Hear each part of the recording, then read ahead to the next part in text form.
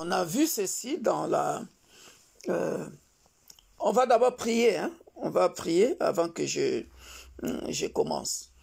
Tendre Père, nous venons au-devant de ton trône des grâces pour cette occasion que tu nous donnes encore de former les ministres des églises universelles de Dieu, églises pour tous. Glorifie ton Saint-Nom dans cet enseignement parce que c'est toi le meilleur enseignant.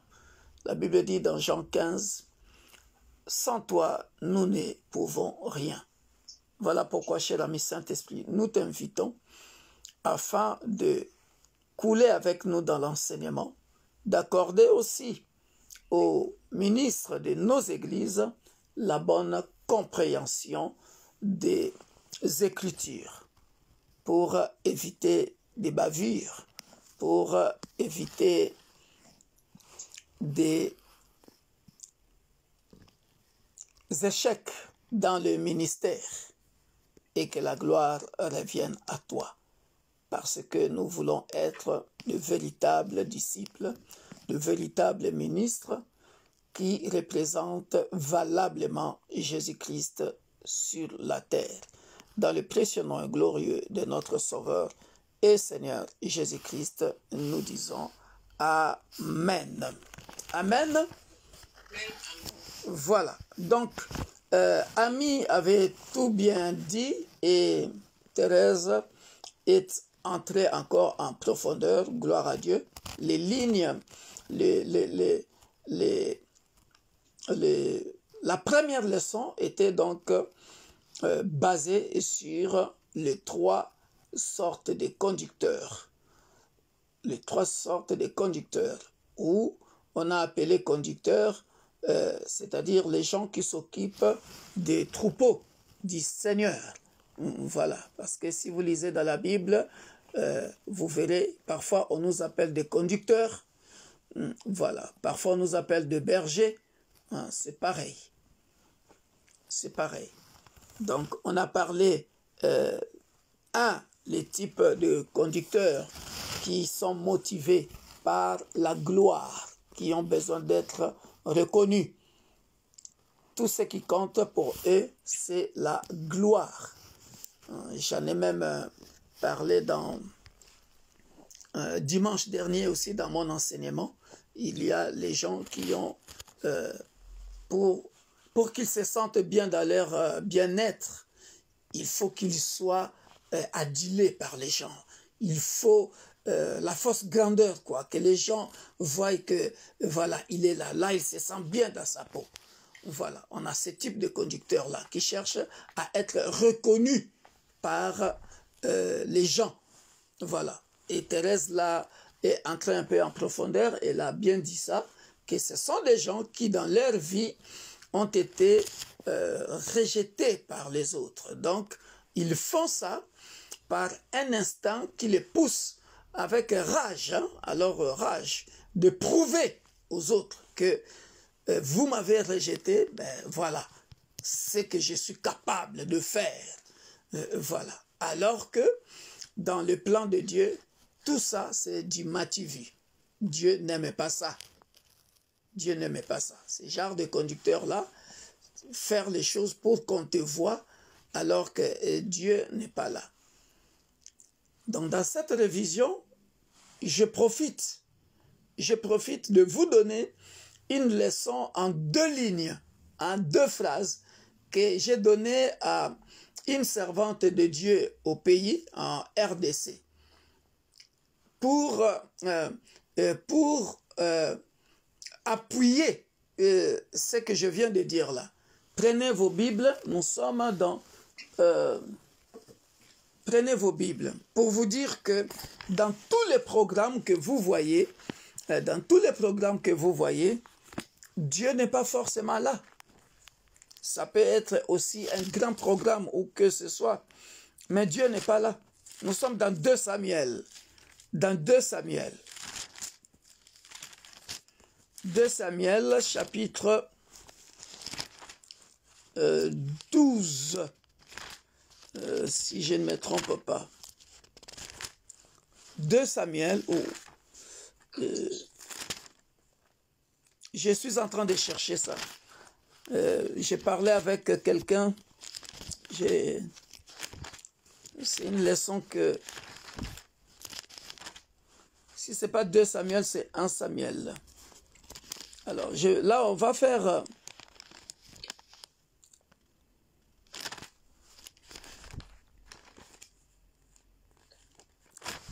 Et vous allez comprendre quelque chose de très important pour appuyer justement ce que je viens de dire. 1 Samuel chapitre 12. C'est 1 Samuel, hein? Excusez-moi. 1 Samuel chapitre 12. 1 Samuel chapitre 12. Nous allons lire le verset 22.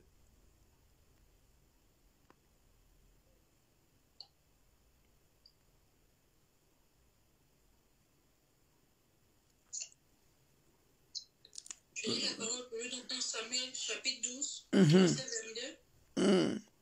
L'Éternel n'abandonnera point son peuple à cause de son bon nom, car l'Éternel a résolu de faire de vous son peuple. Répète encore. L'Éternel n'abandonnera point son peuple à cause de son grand nom. À cause de son grand nom. Car l'Éternel a résolu de faire de vous son peuple. Car l'Éternel a résolu de faire de vous son peuple. Vous avez vu ça? Alors, lorsque nous analysons cette phrase, qu'est-ce que vous comprenez? Nous sommes dans l'école des ministres ici. Je suis en train de vous montrer comment vous comporter, hein, comme j'avais dit au début, dans le cours en tant qu'enseignant. Si je vais enseigner la théologie, c'est une approche. Quand c'est l'étude biblique, c'est une autre approche. Quand je suis en train de former les ministres de nos églises, c'est aussi une autre approche. Alléluia. Il y a quelque chose que vous avez oublié dans la révision, c'est que nous sommes un ministère du Saint-Esprit. Et à mon humble avis, je pense que tout ministère, en tout cas appelé ministère de Dieu véritable, est basé sur le Saint-Esprit. Notre ligne de conduite doit être celle-ci. Je l'ai dit et je le répéterai toujours, cette leçon-là se trouve sur notre page YouTube jusqu'à 7 leçons. Et d'ailleurs, j'avais dit que c'est tout un livre. Notre ligne de conduite, c'est comprendre. J'expliquerai ça une autre fois. Comprendre et savoir interpréter le plan divin. Comprendre et savoir interpréter le plan divin. Qu'est-ce que je veux dire par là? C'est-à-dire, tout ministre de l'Église universelle de Dieu, l'Église pour tous, doit toujours être en relation personnelle, en intimité avec le Père Céleste, avec le Saint-Esprit. C'est lui qui va te dire ce que tu dois faire, en songe, en prophétie, en parole audible, dans une vision. Donc, tout ministre de l'Église universelle de Dieu, l'Église pour tous, tu es obligé d'avoir une intimité personnelle avec Dieu. Genoux à terre, jeûne et prière, lecture de la Bible, tous les jours durant toute ta vie terrestre. Pourquoi? Parce que c'est à la montagne. Moïse partait à la montagne pour recevoir de Dieu les instructions.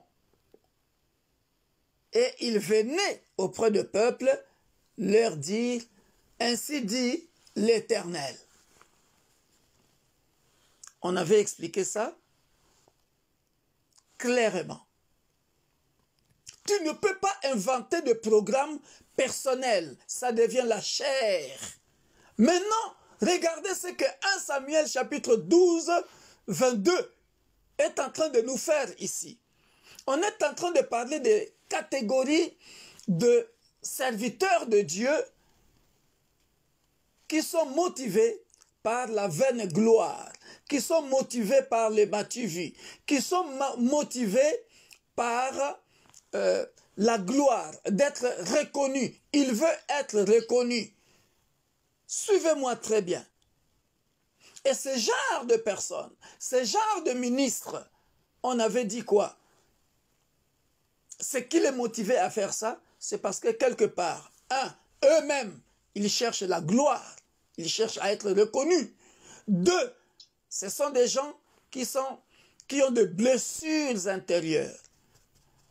Ils ont été peut-être abandonnés par leur famille, ils étaient peut-être abandonnés par leur père spirituel, ou alors ils étaient, les gens s'étaient moqués d'eux.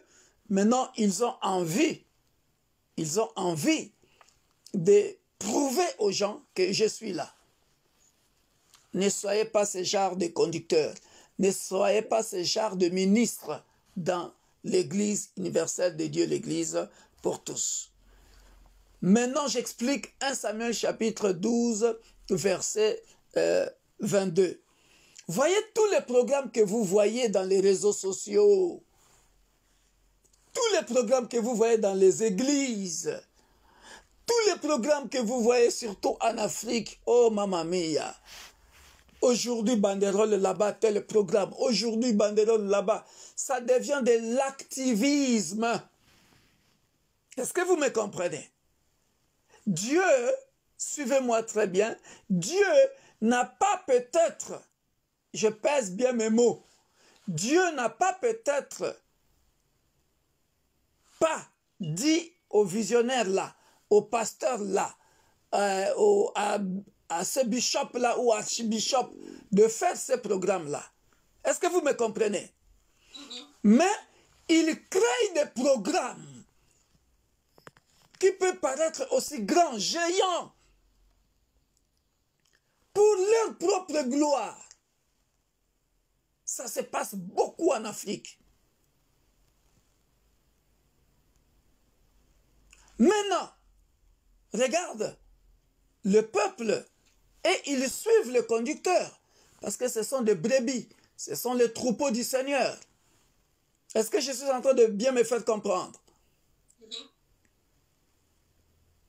Les pauvres, ils vont partir dans ce programme-là, croyant que c'est un programme divin.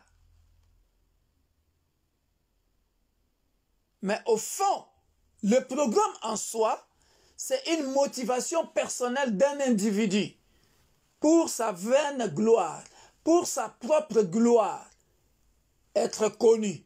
Est-ce que vous me comprenez? Maintenant, pourquoi Dieu va se manifester? Parce que les brebis, elles ne savent rien. Ils viennent parce qu'ils entendent parler, ah, il y a un grand homme de Dieu qui était venu, ou qui est venu. Mais, à la base, ce programme-là n'a pas été dicté du ciel. Comment Dieu va faire? L'Éternel n'abandonnera point son peuple à cause de son grand nom. Soulignez-moi ça.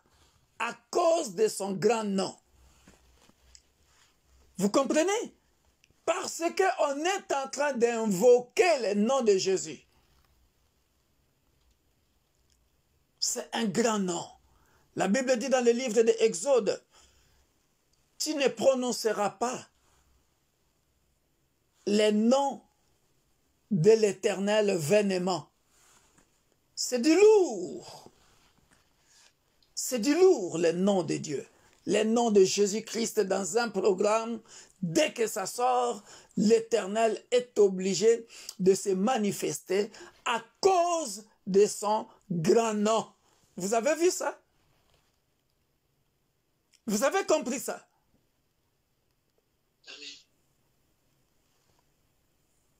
Donc, il y a des choses parfois, vous verrez, moi, personnellement, votre humble serviteur, Victor Makonda,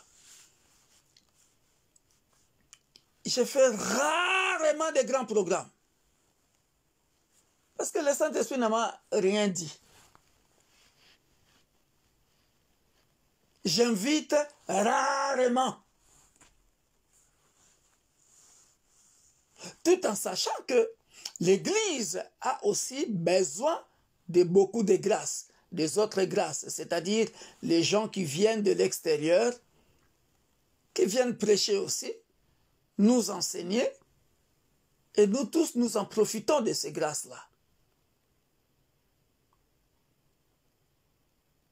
Mais tout ça, ça doit être planifié selon le plan de Dieu. Une église qui n'invite pas, ce n'est pas bon non plus. Il faut écouter les autres. Il faut écouter les autres. On apprend, on apprend, on apprend, on évolue. Parce que la Bible dit, nous sommes un corps. Nous sommes un corps. Vous connaissez tous ces passages-là. Et d'ailleurs, Ephésiens 4, 11 dit, il a nommé certains comme apôtres, les autres comme des prophètes et comme des pasteurs, évangélistes et des docteurs. La Bible dit quoi à la fin? En vue de l'édification, le perfectionnement de l'Église, parce que nous sommes un corps. Et quand vous partez dans 1 Corinthiens chapitre 12, lorsqu'on enseigne les dons spirituels, tout ça aussi c'est tout un cours en théologie. Vous voyez, là-bas on dit aussi tous ces dons-là, c'est pour l'édification de l'Église, corps de Christ. Le perfectionnement de l'Église, corps du Christ. Est-ce que je me fais bien comprendre? Coucou, on est là. Mais là où se trouve le problème, je le répète, dans les cas de conducteurs qui cherchent à être reconnus, faisons très bien, faisons très attention. Parfois, il y a des programmes montés de toutes pièces. De toutes pièces. Mais Dieu se manifestera toujours. À cause de quoi? De son grand nom. Parce qu'il se dit, ce peuple est venu à cause de mon grand nom. Parce qu'ils ont entendu parler de Jésus-Christ. Ça va? Vous m'avez bien compris? Aujourd'hui, vous avez bien retenu ce passage? Oui. Donc, un pasteur qui est assoiffé de la gloire pour être reconnu, il va monter des programmes de toutes pièces. Programme sur programme, programme sur programme, programme sur programme. Parfois, ce n'est pas le Saint-Esprit qui lui a dit ça. Parfois, ce n'est pas le Saint-Esprit qui lui a dit ça. Et dans tous ces genres de programmes, la Bible dit, l'Éternel n'abandonnera point son peuple à cause de son grand nom. Car l'Éternel a résolu de faire de vous son peuple. Vous voyez?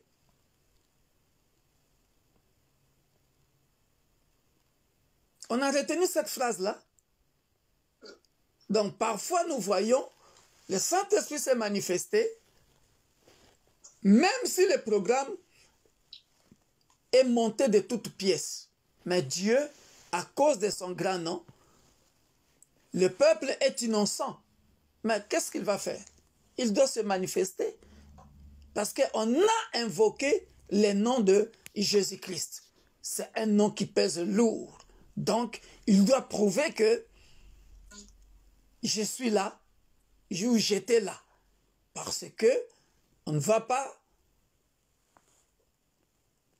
On ne va pas dire que j'étais parti là-bas, je suis sorti bredouille. Il doit à chaque fois prouver que là où 2 ou 3 sont assemblés à mon nom, je suis là. On a bien compris ce passage-là? Donc, tout ministre de Dieu que moi je suis en train de former dans l'Église universelle de Dieu, l'Église pour tous, tu dois mettre dans ta tête que tu dois voir dans la vision Dieu te parler, ou alors tu dois entendre une voix te dire ce que tu dois faire. Tu ne peux pas venir prêcher, te mettre debout devant les gens avec la chair.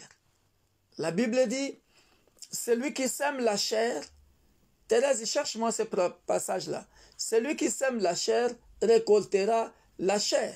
Celui qui sème l'esprit récoltera l'esprit. C'est dans Jean 3. J'ai prêché ça dans les cours de baptême. Donc voilà, je tenais à vous donner ce passage ici pour vous montrer que c'est dans Jean 3, c'est l'histoire de... Si ce n'est pas Jean 3, c'est Matthieu 3. C'est pas Galate, celui qui sème la chair moissonnera la chair de la corruption, mais celui qui sème l'esprit moissonnera l'esprit de la vie éternelle. C'est dans Galate, hein? Ouais, Galate 6, verset 8. Ouais, Galate 6, verset 8. Hein. Sinon, il y a aussi un passage là dans Jean 3, là où il y a j'ai enseigné ça dans le cours de baptême. Hein. Voilà. Regardez. Jean 3, l'histoire de Nicodème. Hein, il dit, ce qui est né, verset 6. Parce que là où j'ai enseigné, bon, ça c'est pour le baptême. Hein, là où j'ai enseigné, même le baptême. Hein, là où j'ai enseigné que le baptême doit être complet. Le baptême doit être complet. Le baptême, hein, ami, tu le savais ça? Un baptême doit être complet. Et tu dois connaître ça en tant que ministre de l'Église universelle de Dieu, l'Église pour tous. Parce qu'il y a des baptêmes incomplets. Il y a des gens, ils sont baptisés d'eau, mais ne sont jamais baptisés de l'Esprit. Il y a des gens, ils sont baptisés de l'Esprit, ils ne sont jamais baptisés d'eau. Il faut absolument faire le baptême par immersion, aller dans l'eau et aussi recevoir le baptême de feu, qu'on appelle le baptême du Saint-Esprit ou le baptême de Jésus-Christ. Voilà pourquoi, quand Nicodème pose la question à Jésus-Christ, mais moi je suis vieux, il faut que je reparte encore dans le ventre de ma mère. Jésus-Christ lui dit, Nicodème lui dit, comment un homme peut-il naître quand il est vieux? Peut-il rentrer dans le sein de sa mère et naître? Jésus répondit, en vérité, je te le dis, si un homme n'est né d'eau, vous voyez là où le baptême doit être complet? Si un homme n'est né d'eau et d'esprit, il ne peut entrer dans le royaume de Dieu. Ça, beaucoup ne le connaissent pas, hein? Beaucoup ne le savent pas. Si un homme n'est né d'eau, c'est-à-dire si tu n'es pas baptisé par immersion dans l'eau, et si tu n'es pas baptisé aussi de l'esprit, le ciel oublie, aux oubliettes, tu ne rentreras pas. Ton baptême doit être complet. Tu vas dans l'eau, c'est-à-dire la définition du baptême, Romains 6. C'est ça la définition du baptême. Mourir avec Jésus-Christ, être enseveli avec Jésus-Christ et ressusciter avec Jésus-Christ. Point barre. C'est ça en une phrase la définition du baptême. Romains 6. Tu lis ça à partir de verset 1 jusqu'en bas là-bas. Hier, je vous avais dit en théologie, on met Romains 6, verset 1 virgule S, ça veut dire, tu lis les écrits suivants. Tu as vu ça, ma fille? Tu peux le lire hein, aussi. Hein? C'est toujours dans le cadre de la formation. Comme ça, au moins, tu sais, quand tu défends les couleurs de l'Église universelle de Dieu, l'Église pour tous, tu enseignes sur le baptême. Voilà, tu connais la définition du baptême, c'est cette phrase-là. Tu as lu ça? Mais par rapport au baptême, il y a parfois des baptêmes qui ne sont peut-être pas acceptés par le Seigneur, parce que certains se disent que lorsqu'on est baptisé, on part directement dans l'eau, et puis tous nos péchés meurent, mais ils ne meurent pas à eux-mêmes d'abord. Est-ce que le baptême qu'ils ont fait sera, comment on dit, accepté par le Seigneur? T'as dit, ils meurent sans repentance, mais... Voilà, ça c'est une très bonne question. Vous voyez, l'école du ministère, on va apprendre beaucoup de choses. Voilà. Alors, là, je repars dans les cours de baptême. Hein? Là, on sort un peu dans l'école du ministre. Hein? Suivez-moi. T'as lu Romains? T'as lu ça, Romains 6? Romains 6. Voilà, je vais te trouver ça. Mais attends que je finisse d'abord ce que j'avais commencé ici. Hein? Romains 6, verset 1. Ouais, voilà. Mais que je finisse d'abord. Donc, ici, il faut que vous sachiez que ce qui est né, verset 6, ce qui est né de la chair est chair, et ce qui est né de l'esprit est esprit. Vous comprenez? Jean 3, verset 6. Vous avez vu ça? Ne t'étonne pas que je t'ai dit, il faut que vous naissiez de nouveau. Vous avez vu ça? Oui. Donc, le baptême doit être complet. OK? C'est-à-dire quand Jésus-Christ disait à Nicodème de naître de nouveau, c'est-à-dire, Jésus sous-entend, et c'est là où je vais répondre à ta question, ma sœur amie, ministre amie, vous voyez? Donc, quand Jésus parle du baptême, il voit deux actes. Romains 6 et Jean 3, versets 1 à 6. Tu vas dans l'eau. À partir du moment, maintenant je commence à te répondre, ma sœur amie. À partir du moment que la personne, parce que il faut savoir que, nous, dans les églises évangéliques, nous ne baptisons pas les enfants. Parce que nous considérons que, parce que le baptême c'est un acte, c'est un engagement de bonne conscience. Je répète, c'est un engagement de bonne conscience. C'est-à-dire, si Jésus est né, lui qui était Dieu, enfin qui est Dieu, mais il est né,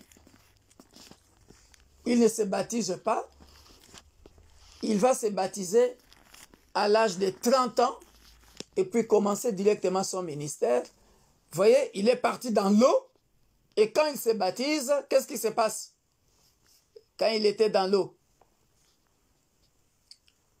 Je viens de le dire, non? Jésus dit, hein? Il a été baptisé du Saint-Esprit. Voilà, le ciel était ouvert et le Saint-Esprit est descendu. C'est approuvé. C'est comme une signature, paf. Lui est approuvé, paf. Maintenant tu es devenu ma fille. Maintenant tu es devenu mon fils. Après avoir sorti de l'eau. À l'âge de 30 ans. C'est un engagement de bonne conscience. Voilà. Donc maintenant, à partir du moment où, suivez, ça c'est une parenthèse, hein? À partir du moment où j'accepte d'aller dans l'eau parce que j'ai été enseigné sur le cours de baptême, je sais à quoi je m'engage, à ce moment-là, je fais quoi? Je prends mes responsabilités. Voilà pourquoi, avant de baptiser les gens, on pose des questions. Acceptes-tu de quitter le monde pour suivre Jésus? Amen. C'est pour ça que Romains 6 dit, à partir de verset 3, ministre ami, suis-moi très bien. Ignorez-vous que, regardez, d'ailleurs je peux commencer à partir de verset 1. Là, c'est là où il y a la définition de baptême.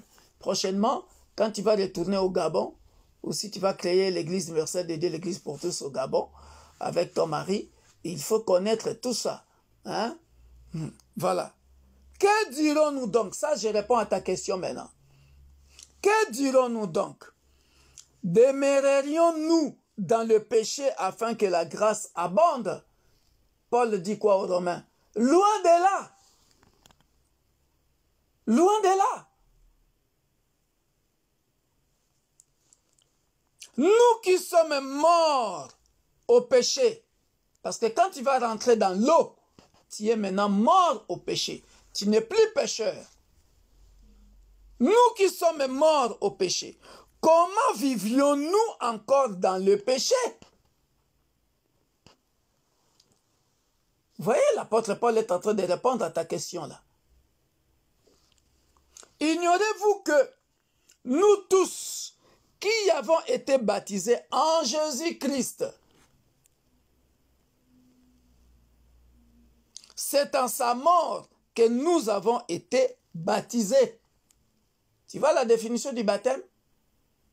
Donc tu es mort avec Jésus-Christ.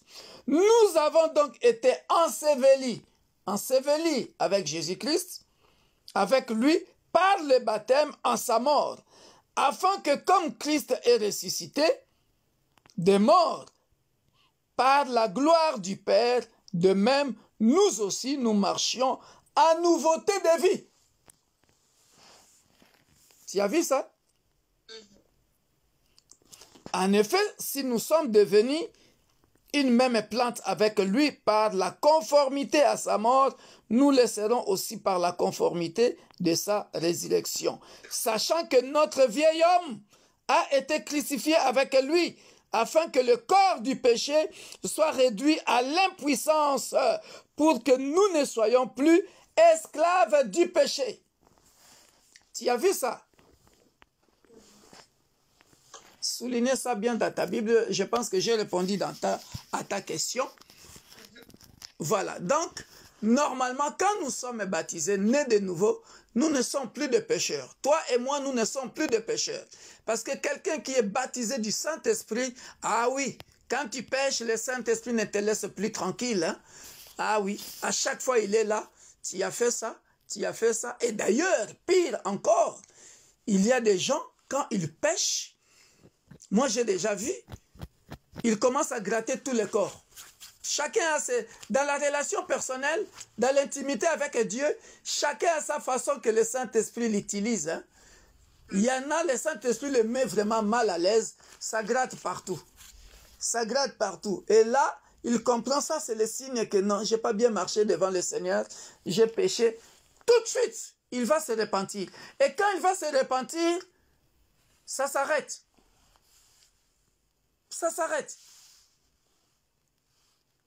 Et il y a des gens, quand ils pêchent, ceux qui ont vraiment une bonne relation avec le Saint-Esprit, hein, dès qu'il dort, le Saint-Esprit lui ramène à l'ancienne vie. Et il commence à coucher avec les hommes de nuit, je sais pas quoi, les maris de nuit, les femmes de nuit. Directement, il se réveille, il se dit, ou elle se dit, ah, ici, il y a quelque chose qui ne va pas entre moi et le Saint-Esprit. Automatiquement, il y en a qui font des jeûnes de repentance. Et tout ça là sont des cours que j'ai déjà enseignés dans notre école de ministère, les sortes de jeûnes. Ça va jusque-là? Je reviens maintenant. Là, j'avais expliqué que 1 Samuel chapitre 12, verset 22, il y a des programmes montés de toutes pièces par les conducteurs qui cherchent la gloire et où Dieu se manifeste à cause de son grand nom. Ça va jusque-là? Et dans l'église universelle de Dieu, l'église pour tous, je suis en train de vous former pour ne pas être ce genre de conducteur. Ça va? Vous voyez qu'à partir de la révision, j'ai grossi les cours. Hein? J'ai introduit quelque chose que vous ne saviez pas, que vous venez d'apprendre maintenant.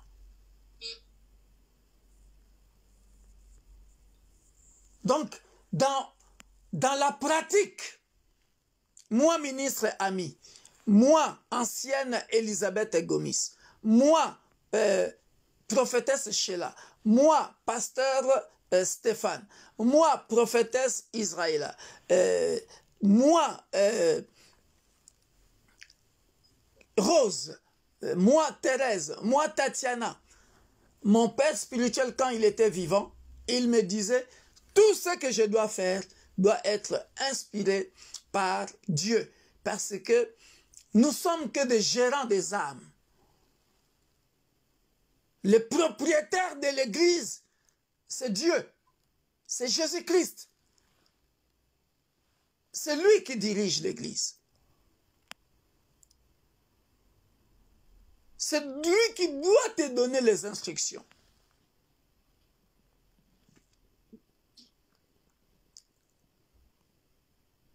Et il punit fort. Ça paye cash quand il ne respecte pas les instructions. Vous connaissez bien cette phrase-là. Tu peux aussi nous chercher ça, Thérèse. Matthieu 7, où il dit, il y a des serviteurs, je leur dirai au temps de la fin, allez, allez-vous-en, je ne vous connais pas. Ah mais au Seigneur, on avait fait des miracles, on avait fait des miracles. Vous voyez cette phrase-là? On avait fait des miracles en ton nom. Mais tout ça c'est quoi? En ton nom, oui, parce que il fallait que je me manifeste à cause de mon grand nom. Mais normalement, les motivations de vos programmes, ce n'était pas Jésus-Christ. Les motivations de vos programmes, c'était vous, votre gloire. Ce n'était pas la gloire de Dieu. Or, Colossiens 3, 16 et 17 dit, tout ce que vous faites, en parole ou en acte, faites-le pour la gloire du Seigneur. Je parle un peu trop vite, hein? Colossiens 3, 16 et 17. En même temps, ma fille, tu es en train de nous chercher Matthieu 7, là. Je viens de trouver, hein, là, je vais dans Colossiens. Ah, Matthieu, c'est Matthieu 7 combien? Attends, je te dis ça.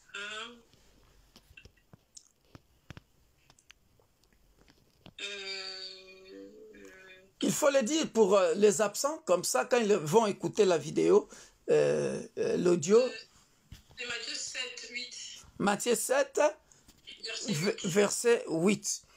Donc là, je suis en train de vous développer les conséquences de conducteurs qui ont besoin d'être reconnus. Et dans la pratique, je suis en train de nous démontrer que tout programme que vous voyez ici-bas, que les églises font, il y en a, c'est pour la gloire de la personne. Mais Dieu n'est pas là.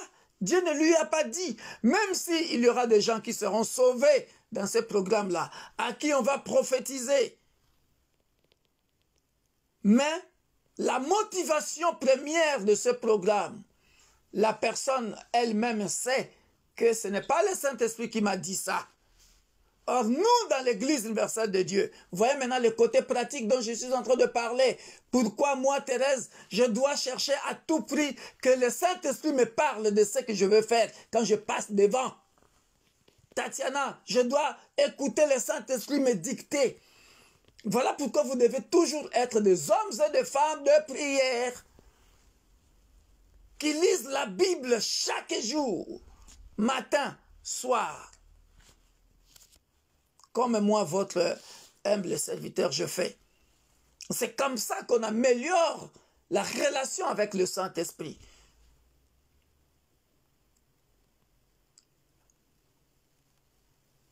Donc là, je suis en train de développer, de nous démontrer comment cette manœuvre-là se passe. Mais sans que les brebis le sachent. Mais les brebis, attention, les brebis qui sont révélées. Ah oui, parce que le Saint-Esprit, lui, il est omniscient. Allez sur YouTube, Église universelle de Dieu, Église pour tous, tapez la doctrine du Saint-Esprit. Vous verrez cette leçon-là dont je suis en train de parler. Le Saint-Esprit est omniscient. Le Saint-Esprit est omnipotent. Le Saint-Esprit est omniprésent. Le Saint-Esprit, lui, il sonde le cœur et le rein. Il sait que ce programme-là, tu le fais pour la gloire de Dieu ou tu le fais pour ta propre gloire.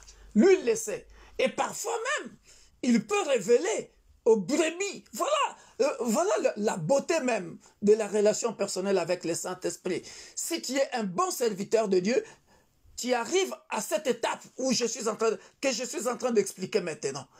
Tu ne peux pas t'aventurer de faire n'importe quoi dans ton ministère, sachant que il y a parmi les brebis parfois des gens qui sont plus balèzes que toi en esprit, à qui Dieu peut révéler ton mauvais comportement.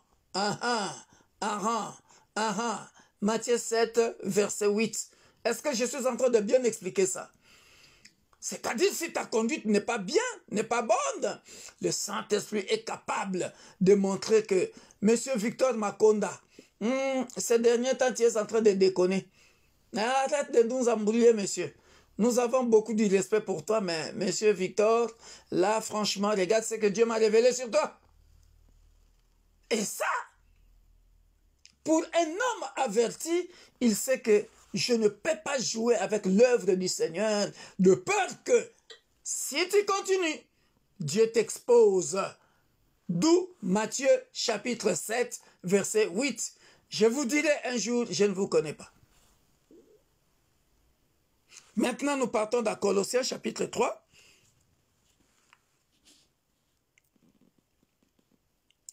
Versets 16 et 17. Ça va, quelqu'un peut lire? Colossiens 3, versets 16 à 17. En le nom du Seigneur. Amen. La parole de Christ agit abondamment. Instruisez-vous et exhortez-vous les uns les autres en toute sagesse. Par des psaumes, par des hymnes, par des cantiques spirituels, chantant à Dieu dans vos cœurs sous l'inspiration de la grâce. Et quoi que vous fassiez, en parole ou en œuvre, faites tout au nom du Seigneur Jésus, en regardant par lui des actions de grâce à Dieu le Père. Alléluia. Dans d'autres versions, quoi que vous fassiez, tout ce que vous faites, faites-le pour la gloire de Dieu. Pas pour votre propre gloire. Vous avez vu ça, bien-aimé? Je pense qu'il est 21h30. Nous allons nous arrêter là. Vous voyez? Mais ce n'est pas ça que j'ai prévu d'enseigner. Aujourd'hui, j'allais enseigner la psychologie différentielle et dans les caractéristiques des bâtisseurs.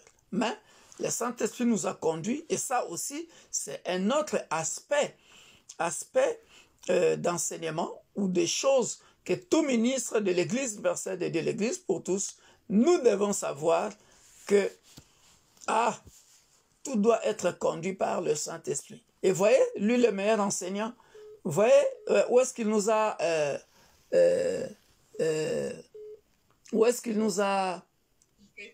voilà, comment il nous a conduits, vous voyez? Vous avez vu comment il nous a conduits. Et pourtant, moi, dans ma tête, je voulais nous faire comprendre, c'est une partie de théologie, mais comment bâtir des âmes du Seigneur en tenant compte de leurs différences. Voilà. Donc là, il est 21h30. Nous allons nous arrêter là, parce que on a pris quelques minutes de retard. Donc là, nous avons compris que ne soyons pas ce genre de ministres qui travaillent pour Dieu pour être reconnu, pour la gloire. Amen.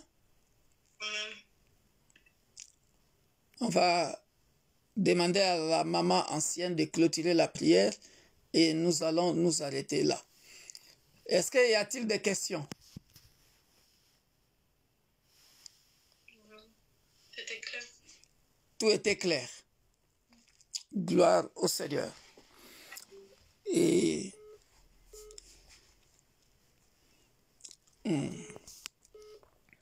alors, maman ancienne va prier. Elle est là encore avec nous? Oui, j'avais éteint mon micro. Ah, bon. Tu clôtures la prière? Père éternel, nous te bénissons, nous te rendons grâce pour ce moment, Seigneur.